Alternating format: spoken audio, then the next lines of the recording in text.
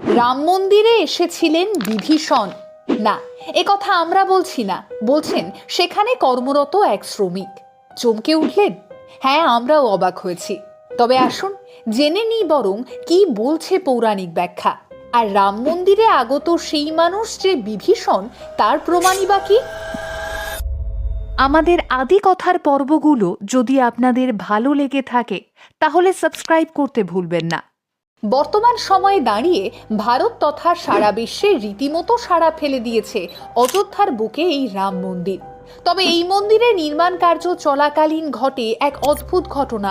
শোনা যায় মন্দিরের নির্মাণ কাজ চলাকালীন একদিন রাতে কাজ শেষ করার পর যখন শ্রমিকরা তাঁবুতে বিশ্রাম করছিলেন, তখন তারা হঠাৎই রাম নামের জপ শুনতে পান। শ্রমিকরা জানতেন রাতের বেলায় এই মন্দিরে সাধারণ মানুষের প্রবেশ নিষেধ, অতএব এই শব্দ অন্য কোনো স্থান থেকেই আসছে।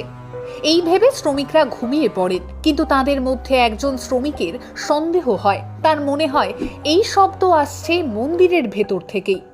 এমতাবস্থায় তন্দ্রাচ্ছন্ন সহকর্মীরা কেউ যেতে রাজি না হওয়ায় তিনি একাই রওনা দেন মন্দিরের দিকে এবং রাম মন্দিরে প্রবেশ করে গর্ভগৃহের দিকে তাকাতেই তিনি চমকে ওঠেন।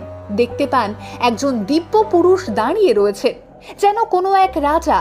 তার শরীর থেকে বেরোচ্ছে আলোর তেজ, তার হাতের মালা নিয়ে রাম নাম জপ করছেন তিনি। তার বস্ত্র এবং অলংকারে পৌরাণিক ছাপ স্পষ্ট। কিন্তু কে তিনি? এক্ষেত্রে উঠে আসে দুজনের নাম, একজন হনুমান, আরেকজন বিভীষণ।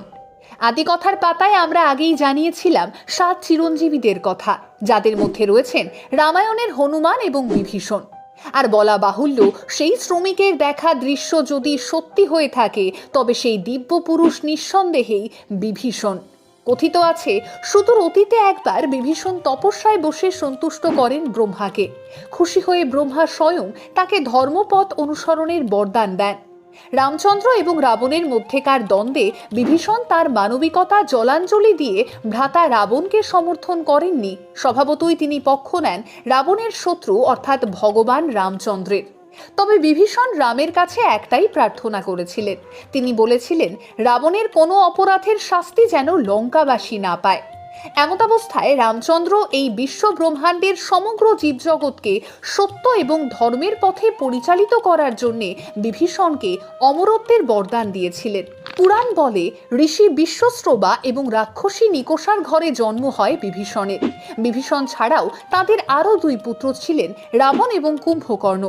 শোনা যায় রাক্ষসী নিকোষা তার স্বামীর কাছে অসময়ে সন্তান প্রার্থনা করেছিলেন। ফলস্বরূপ তাদের প্রথম 2 পুত্র অর্থাৎ রাবণ এবং কুম্ভকর্ণ দুজনেই দুরাচারী চরিত্র সম্পন্ন হয়েছিলেন। আর এই নিয়ে যখন মাতা নিকোষা দুশ্চিন্তায় দিন কাটাচ্ছেন, তখন ঋষি বিশ্বশ্রবা তাকে আশ্বস্ত করেই বলেন তাদের কনিষ্ঠ পুত্র হবে অত্যন্ত ধর্মজ্ঞানী এবং ভক্তি সম্পন্ন।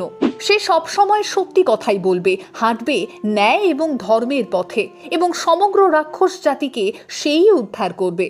ঋষির এই কথা মিথ্যে হয়নি।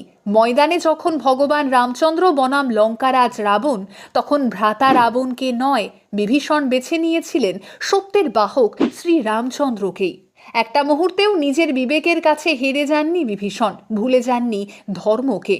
নিজের মধ্যে সবসময়ই জাগিয়ে রেখেছেন ন্যায়বোধকে। আর বিভীষণকে প্রকৃত অর্থেই চিনতে পেরে তার সত্যের প্রতি নিষ্ঠাবোধ দেখে অভিভূত হয়েই স্বয়ং রামচন্দ্র তাকে চিরঞ্জীবী করে তোলেন, বর দেন অমরত্বের। বিভীষণ হয়ে ওঠেন সনাতন শাস্ত্রের 7 চিরঞ্জীবীর মধ্যে একজন। তবে সেই রাতে কোনো দিব্যপুরুষ আদতেই সেই গর্ভগৃহে উপস্থিত ছিলেন কিনা তা নিয়ে এখনো উপচে পড়ে বিতর্ক।